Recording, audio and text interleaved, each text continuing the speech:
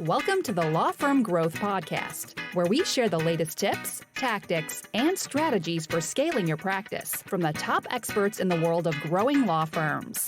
Are you ready to take your practice to the next level? Let's get started.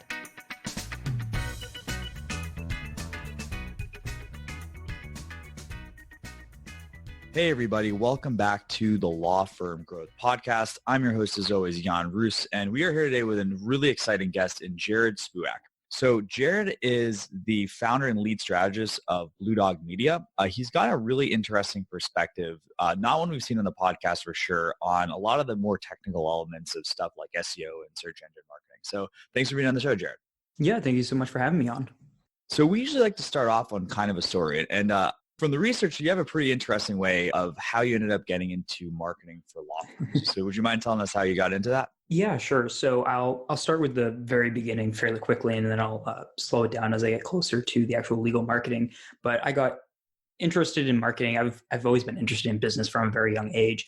And when I was 14, I was actually going to graduate high school early. So I started learning online marketing, just kind of just general for basically anybody and everyone. So that kind of progressed. And then I graduated high school a year and a half early, went to college, thought I was going to end up in corporate marketing. I did get a corporate job doing real estate marketing for a year and change about.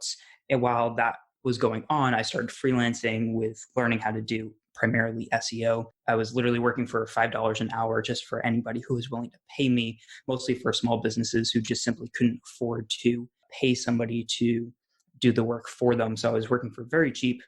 And over the course of a couple months of doing that, eventually I got reached out to from an agency, and they were a law firm marketing agency. And they said, hey, we're looking to bring on a new SEO, and you seem like you could be a good fit. So I interviewed with them. They offered me the job. 2 weeks later, I was out of the corporate world. Finally, I was not happy whatsoever in that position. And I moved in as a SEO, mostly starting on page, which is just optimizing what's on the website.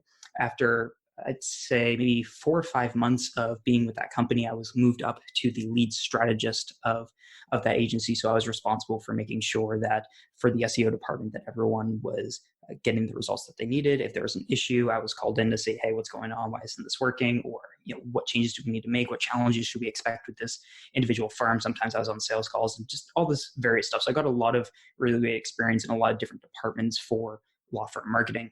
And over the course of working with them, I gained a lot of experience with law firms. I started taking on my own legal clients. I started working with other agencies on an outsourced basis for some of their clients, including some of their legal clients. And eventually I just had enough of a client base on my own that towards the end of 2017, around mid-2017, I cut my hours down from like full-time to part-time, and then eventually to no time. And then as of early 2018, I started my own formally agency, and I guess the rest is just history. And as lawyers come to me, it's just a very easy conversation just because I know how to talk with them very well and have so many case studies and success stories within their niche that it's that as long as they are happy with the conversation, it's almost definitive that we'll work together because most of the people that they're talking to just aren't as familiar with their business. Okay, awesome. So really good introduction with that, Jarod. So as far as, there's a lot of different nuances when it comes to working with attorneys. But one of the things I think we're talking about a little bit in the pre-chat is some of the things that are different that attorneys might glaze over or not realize is going wrong with their firm. So it's like, as far as kind of the current things, what are sort of the commonalities and stuff that you see people wrong with their marketing presence? Okay, awesome. So when it comes to what I see a lot of law firms are doing it, yes, while law firms do have a unique angle, I would honestly say that when it comes to service businesses, a lot of them are making the same mistakes regardless of their industry. And I've seen this just through looking at countless amount of sites. So one of the big things that's very important for especially law firms, because things are expensive. Marketing is stupidly expensive. There are some industries where if you just take something like, for example, like Google Ads, where you can pay $2 per click, for some personal injury lawyers, San Antonio car accident lawyer, that's like a $700 cost per click keyword. The stakes are much higher. There's a much higher risk, especially if you're a smaller firm and you need to know exactly where to place your money. So the number one thing that everyone should definitively have, regardless of what marketing channel they're doing, regardless of the success of that channel, is conversion tracking. I would say 90% of the time, I do not see conversion tracking set up. And what this means is that you have no idea whether what you're doing is actually working or not. You have no idea what aspects of what you're doing is working or not. You don't know the trends of what are good months, what are bad months, what is the ROI or the ROAS, which is return on investment versus return on ad spend of those particular campaigns. So I would say the number one thing, if you could only do one thing after listening to this podcast, go set up conversion tracking through form fills, phone calls. Those are the two most prevalent things you're probably doing. You might have live chats and that other stuff. But for form fills, if you're whatever marketing channel, if you're doing marketing channels that aren't specific to a platform, so you're doing like SEO or just general generating traffic, Google Analytics, how to set up form tracking. If you're doing things like Google Ads, Google things like Google Ads, how to set up form tracking, Facebook Ads, how to set up form tracking, etc. The next one is phone calls. Look into things like CallRail, CallFire, call tracking metrics, etc. I personally use CallRail, big fan of them. And for like $45 a month, you can track every marketing campaign you're running, exactly how many phone calls, exactly how long those phone calls last. You can even have your intake person or you yourself, if you are the intake person, go in and indicate, was this a qualified lead? How much is this lead worth? And you can actually track exactly what's happening. And that's, like I said, the number one mistake is just not tracking how things are working, because then you don't know if they're working or not or how well they are working. Gotcha. So as far as tracking goes, I kind of see that there's two different worlds as far as different online marketing channels. And you have this stuff that ends up being pretty trackable to initial things. So in the world of pay-per-click, how many clicks did it take to make that phone ring? What's the cost of those clicks? But how do you start to undo sort of things like, okay, well, maybe we got 40 calls on a $2,000 Google ad budget last month, but hey, we've got this SEO program that's been running for 3 years and we've been paying $2,000 a month for it. And then we ended up getting 100 calls this month, but that just started. So how do you kind of piece out the investment for, I guess, a little bit less direct response metrics as far as cost? So if you're trying to calculate beforehand, like if you've already been running this channel for months or years and you want to see what progress you made, it's going to be really difficult to attribute that because the time has passed. You're not going to have that record. Sure, you can guesstimate, but at the end of the day, you're just guessing. Now, if you were to start tracking today, what you're able to do is through something like, for example, like CallRail, which most of your leads are probably coming in through phone calls.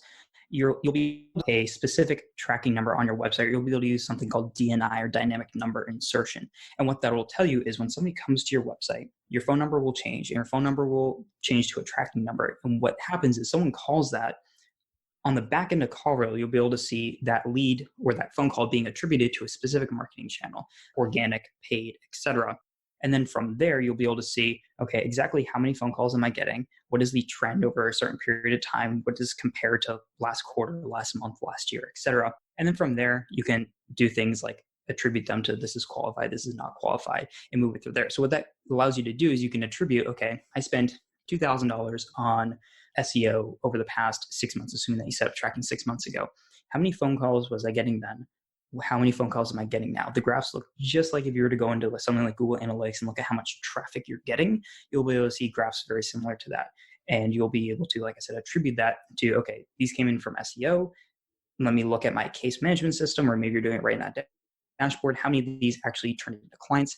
Okay, of those clients, what were those clients actually worth? And then if you have all that tracking set up, you can attribute, okay, $2,000 we spent this month, depending on what type of firm you are, depends on when your money is actually coming in from your cases, but they might be able to go, okay, that's worth an estimated $50,000 in revenue.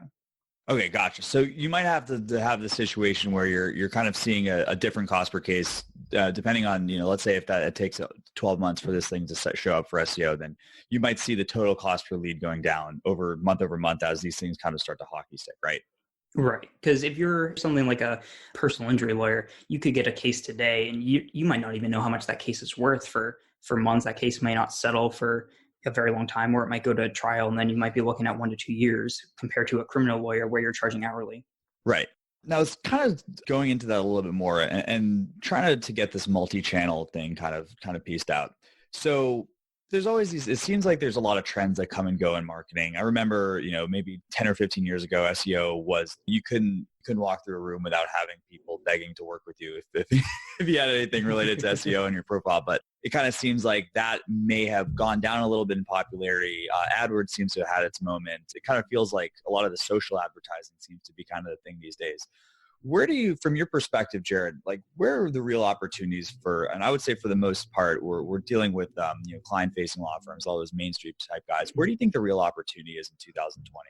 Sure. So when it comes to channels, you're completely right in that they, just like anything, there comes a time where it's new.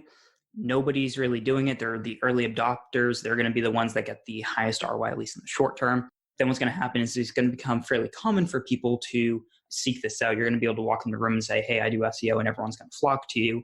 Then as years happen, you walk into a room and you say, hey, I do SEO, and great, go join the other 36 people that also told us the same exact thing. And then what happens is over time, the marketing channel becomes more mature, becomes more saturated, so it gets more expensive. It takes longer, and we've seen this through Google Ads.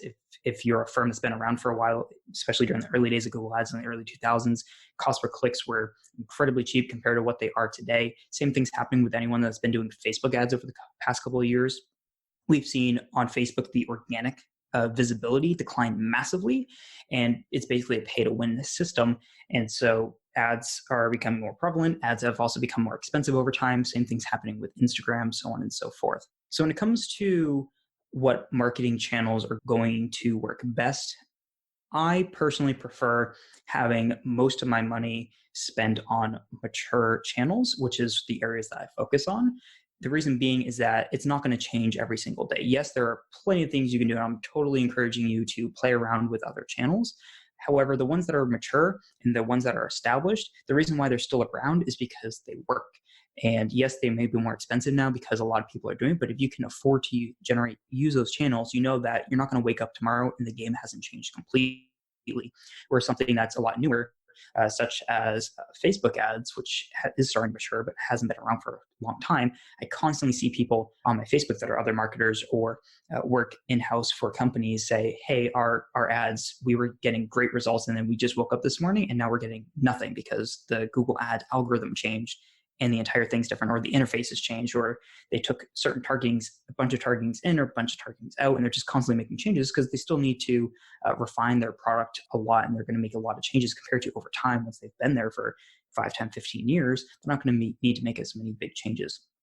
So when it comes to, at a very high overview, opportunity, I would focus most of your money on a mature channel that you know is going to work, that there are plenty of resources out there where you're not going to have to spend months learning how to use a new channel. But also I would take 20% of my time, 20% of my money, and look at those newer channels. So for example, what's hot right now is social media marketing.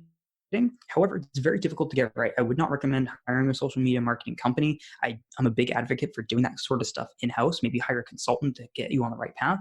But I would be producing all your content in-house. I would be promoting all your content in-house, so on and so forth. It's going to be much more organic. It's going to be much more aligned to who you are and who your brand is.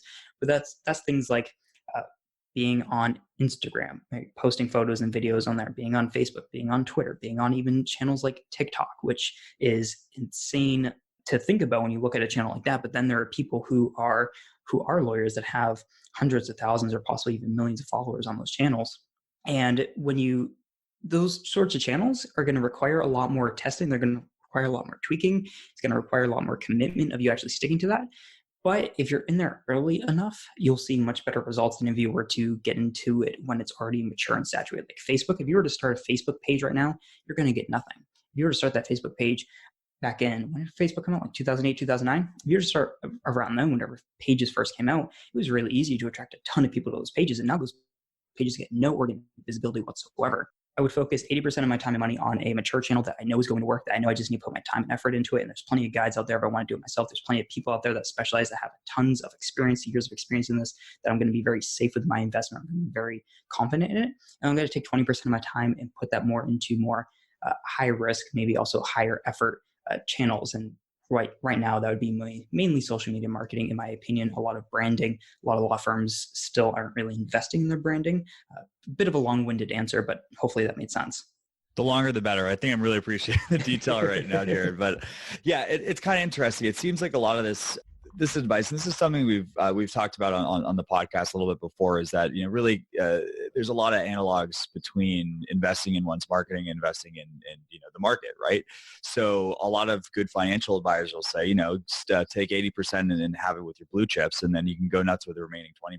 Exactly. I'll throw another wrench in the works, though, just to say also, a lot of these things is, at least from what I'm seeing in the marketing side as well, is that no one's really jumping up and being, oh gosh, I really wish I could, be the best old school Google AdWords guy. It's like, there actually ends up being more of an opportunity in some of these challenges. It's kind of like fashion, things come and go. So if you haven't taken a look at one of these blue chip channels, maybe it's a good time to take a look at that. So another question, just kind of as far as, but on the same side, we kind of have this whole safe versus potentially speculative high return channel. When we're talking about somebody who's brand new starting out, sometimes they're cash constrained. What do you think really would be kind of the minimum? And first of all, would you recommend one of those more proven channels out for somebody who might be resource constrained? And if so, what would you think is this, the minimum amount of budget that somebody would need to make a dent? And, this could be by practice area. Obviously, things are going to differ, but I guess generally, solo practice for some sort of a civil practice. Sure. So I'll give a pretty big caveat here in that one of the, depending on the marketing channel, especially for something, let's say like Google Ads, the biggest differentiator is just going to be the area that you're in. If you're in a major metropolitan, your cost per click may be 10 times higher than someone that's in a smaller area. So it might be more viable in certain areas than others. But let me give you a story, if you will, about somebody that actually came to me. They're a criminal defense lawyer, solo practice. I believe they're still a solo practice. They may have hired an intake person. Don't quote me on that. But basically, they came to me. They're based in Arkansas. They're running Google Ads. They had a $2,000 a month budget for running the ads, or roughly around there, if I remember correctly. They were running the ads themselves. So running the ads using something called Smart Campaigns, which is basically a very restrained version of, you can't set a whole lot up. It's very easy and quick to set up, but there's also a lot of the bells and whistles missing that really make Google Ads shine. So they were running their own campaign, limited budget, small firm. This is the type of situation where if they don't see results fairly quickly, they're going to run out of money because they're a new firm. So, and I believe working together, he completed the bar like 3 or 4 months prior to working together. So very, very new. So what I have open here, just because I have the numbers right in front of me, is compared to when they were running their Smart Campaign compared to after we took it over, they saw a massive increase in conversion rate and conversions and a decrease in cost per conversion. Now, what that did was they were willing to fund that money, and very quickly, I would say within like a month or two, we were able to see enough results from that it paid for itself very quickly. So even a mature channel like Google Ads that is fairly expensive, I think the cost per click is still $20, $30 in the criminal space for the types of cases that he's going after in the areas that he's targeting. So it's still not a super cheap cost per click. But because Google Ads is a mature platform, because of how the targeting works, which is that we are showing our ads to people who are saying, I need an attorney for this, I'm facing this type of charge, and we're saying, hey, we handle these sorts of cases, here's an attorney that you can work with, it's very easy to, in this case, generate that results. Now, for a different client that is also a newer firm, or it's a different firm that they have, it's a second firm, they started in a different, focusing on different practice areas, they're in a very competitive market, being that of Las Vegas, and they were seeing, it's been a massive struggle where they're really not getting much right now from their advertising. So mature channels can work, even if you're brand new. There are going to be some factors such as how much is it going to cost? How much are you willing to spend? If you have $500 that you're willing to put towards marketing, Google Ads probably isn't right for you. But if you're willing to put up enough, and how much enough is going to depend on where you're based out of. If you're willing to put up enough where you're actually able to give it a go, it can return money to you very quickly. Now, Google Ads may have only a 2 or 3x return for you, depending on what you're doing, depending on a whole lot of factors. So it's not going to be as sexy as a 10, 20, 30x return that you might get on a newer, less crowded market, but it is very reliable. Now, for firms that may not have a whole lot of money to invest in marketing whatsoever, or scared of things like Google Ads, I would personally focus on the social side of things because it's not going to cost you anything. I would stay away from ads in that regard. Like, yes, social is going to take up a lot of your time. Yes, you're going to have to play around with it. I would study quite a bit to learn each channel and what goes into it. Someone that I know can be a bit controversial in some figures, but if you don't know who he is, Gary Vaynerchuk actually has some, in my opinion, the best content out there on how to actually run your social media. He has plenty of really great books as well. If you don't want to go through hours and hours of YouTube content, you can go buy his books as well. And something like that, you can just being there, just being in front of people, it's not going to cost you anything. It might take you a lot longer to figure it out, but you're going to be able to gain some traction, especially on some of those social channels, such as things like Instagram, which is starting to mature, but even things like TikTok, where people are getting on there and their first videos are getting hundreds of thousands or millions of views. And that can generate things, right? Your logo's on there, maybe your name's on there. The impression can be very powerful. So that's one of the areas I was focused on. Next is just be in the trenches. If you are a family attorney, let's say you handle divorce cases, what you need to attract new work. Okay, what I would probably do, create a course. It's going to cost $500 and it's going to be a do your own divorce case. Okay, so that's going to be $500. You're going to be making money from people who that maybe can't afford a divorce lawyer, or who maybe think that they want to do it on their own. Nobody is targeting this market because the other firms, they want to make money. But guess what?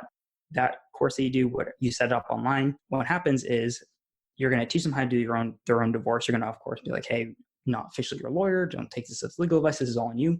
You're going to offer them like, hey, this is too much. This is too much time. This is way more complicated than you thought it would be.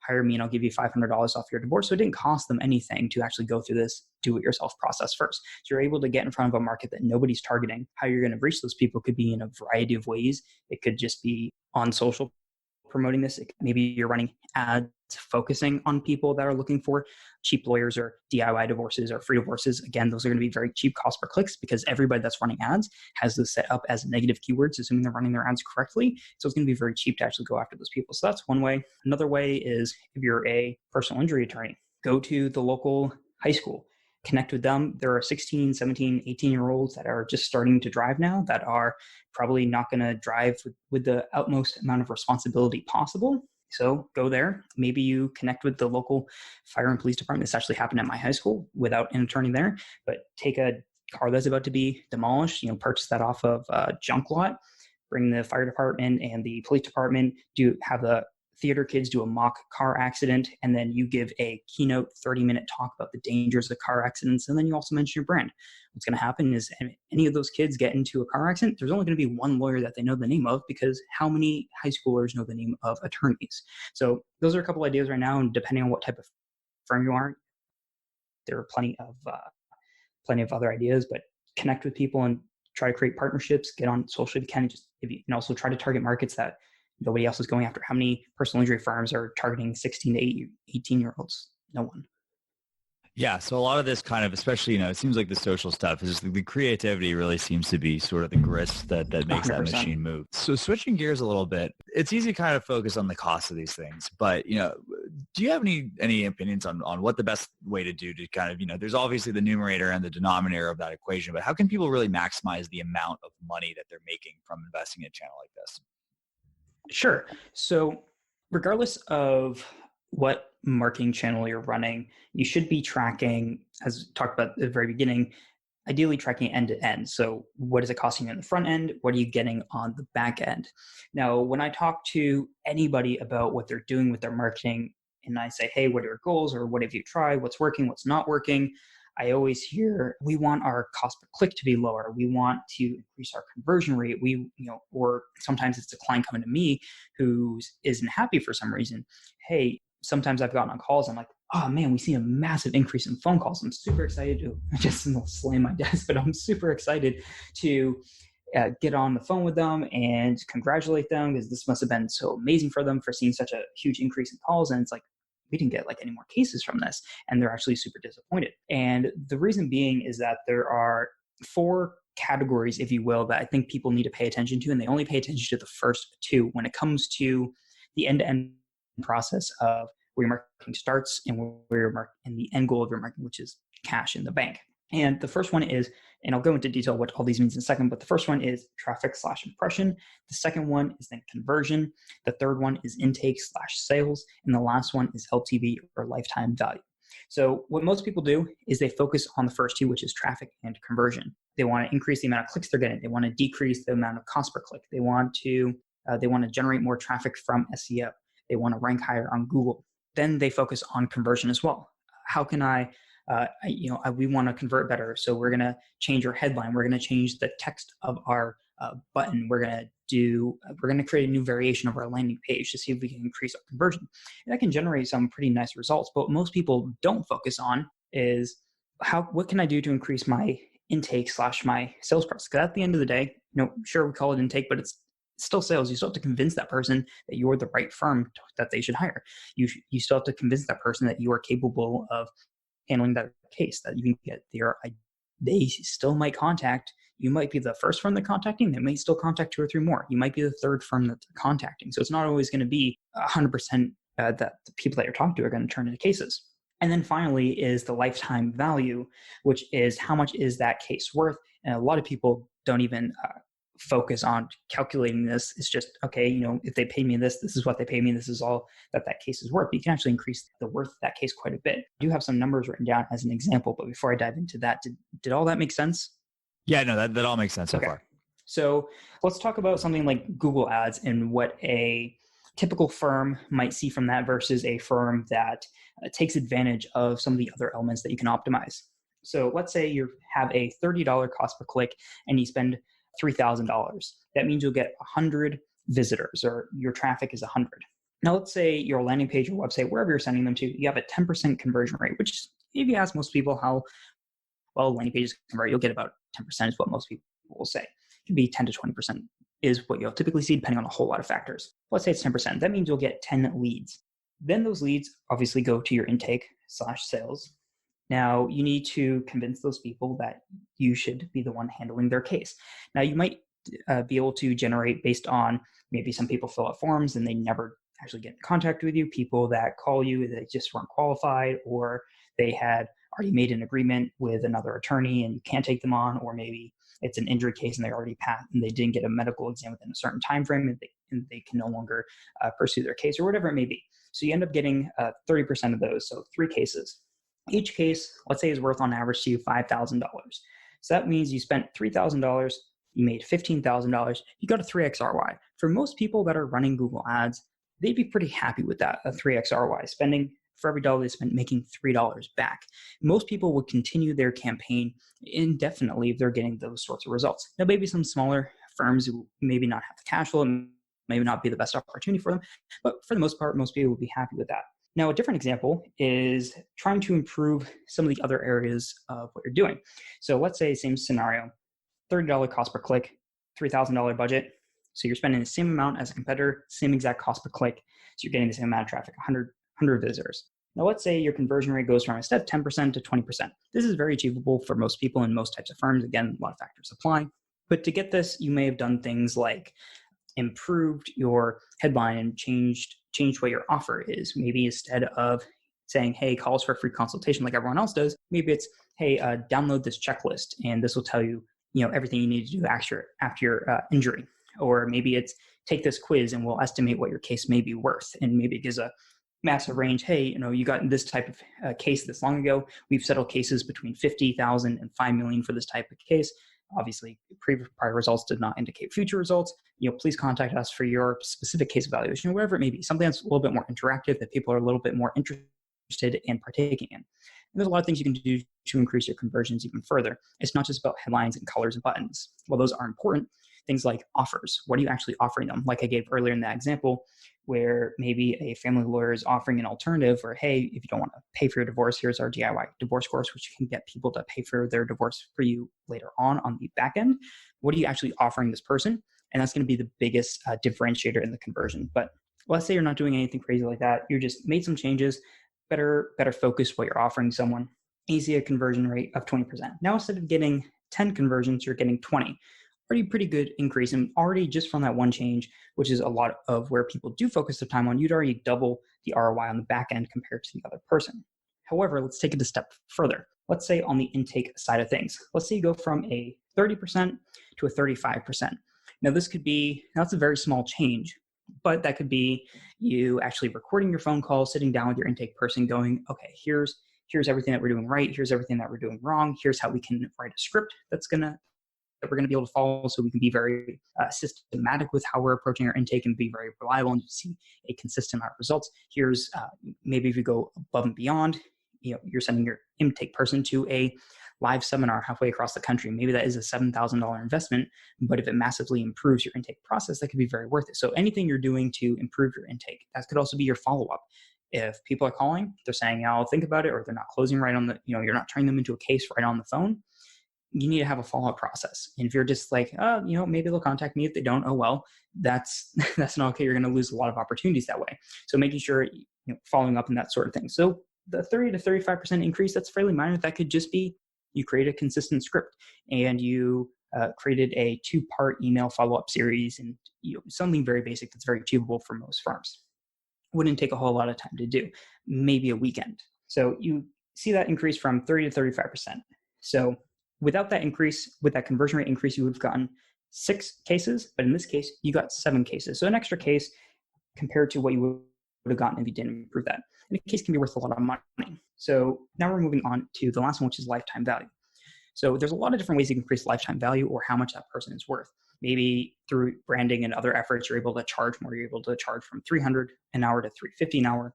If you work on more contingency fees, it might be in more abstract ways. It could be that you improve your referral process. So instead of for every 10 people that hire your firm, you get 1 referral. Maybe it's now every 7 people that hire your firm, you get 1 referral because you're much better at getting referrals or whatever it may be, right? So let's say Susan goes through her divorce with you. It's been 3 months. Then you call Susan. You're like, hey, you went through your divorce. Now you're a single mother. Is everything okay? Is there anything we can help you with? I've had a really hard time with my child finding a good daycare for them because my work schedule changed and everything like that. No problem. We'll find a perfect daycare for you and send them there. How much more likely is that person going to be to refer you as a divorce attorney if you just help them with something that maybe took 5 minutes of your time? So things like that. Small things can make a massive impact in terms of if they're going to give you a referral or if they're going to pay you more or if you're able to retain that client for longer, again, depending on what kind of firm you are. So let's say your average case value or what the average person is worth goes from $5,000 to $6,500. Now for this, when it does get more abstract, it's a lot harder. You do have to attribute, okay, if this person referred you from that person, then you have to basically make a note somewhere so you know that, okay, this person referred us these 2 cases, these 3 cases, whatever. So it does get a little bit more complicated. But anyways, so before you were getting 100 clicks, 10 conversions, 3 cases, each case worth $5,000. Now you're getting 100 clicks, 1 conversions, 7 cases, each case is worth $6,500. So you went from making $15,000 in revenue to making $45,500 in revenue, which is a 15x ROI from just improving a couple aspects, 2 of them being the lifetime value in the intake process that pretty much or very rarely do people actually work on improving. Now, if you have a 15x ROI on that same marketing channel, you're very likely to continue it. Not only that, you're way more likely and you have the ability to be a much more dominant force in it, where maybe instead of paying a $30 cost per click, maybe you're willing to pay a $45 cost per click, where most people would maybe be breaking even or losing money on that. You're generating a higher case volume. And yeah, maybe your ROI drops to a 12x, but you're generating higher overall case volume, which means you'll make more revenue. Just the percentage of return will be lower. And no one will be able to compete with you because you're doing things that they're not doing, they're not willing to do. Your cases are just worth so much more. Your intake process is just better, and you're converting more people. That a click is worth a lot more to you than it is to your competitors because you took the time to do these extra things.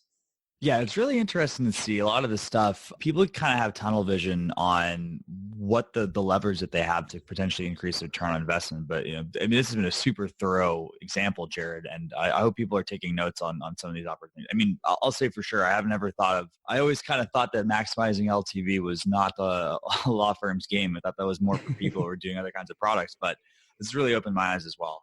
So we're reaching about the end of our time. What's the best way to get in touch with you, Jarod, if people want to take the next step? Yeah, sure. So the best way would be if you want to connect with me personally, email me, jarod@teambluedog.com. However, if you want to take things to the next step, and I would recommend going to teambluedog.com/growth. And that'll bring you to a page where if you fill out your name and email, I will personally review either your website or your Google Ads account. No sales pitch, 100% free. And If you want to take things from there, we can certainly continue the conversation. Or if you just want to implement what's in that video and get some results that way, that's perfectly fine as well. But that's TEAM, bluedog.com/growth. All right, awesome, guys. And I would super encourage anyone who's gotten value from all of this stuff that Jarod's been mentioning to go ahead and take that next step. So thanks again, Jarod. And for everyone else, we'll see you next week on the Law Firm Growth Podcast. Thank you for having me. Thank you for listening to the Law Firm Growth Podcast. For show notes, free resources, and more, head on over to casefuel.com/podcast. Looking forward to catching up on the next episode.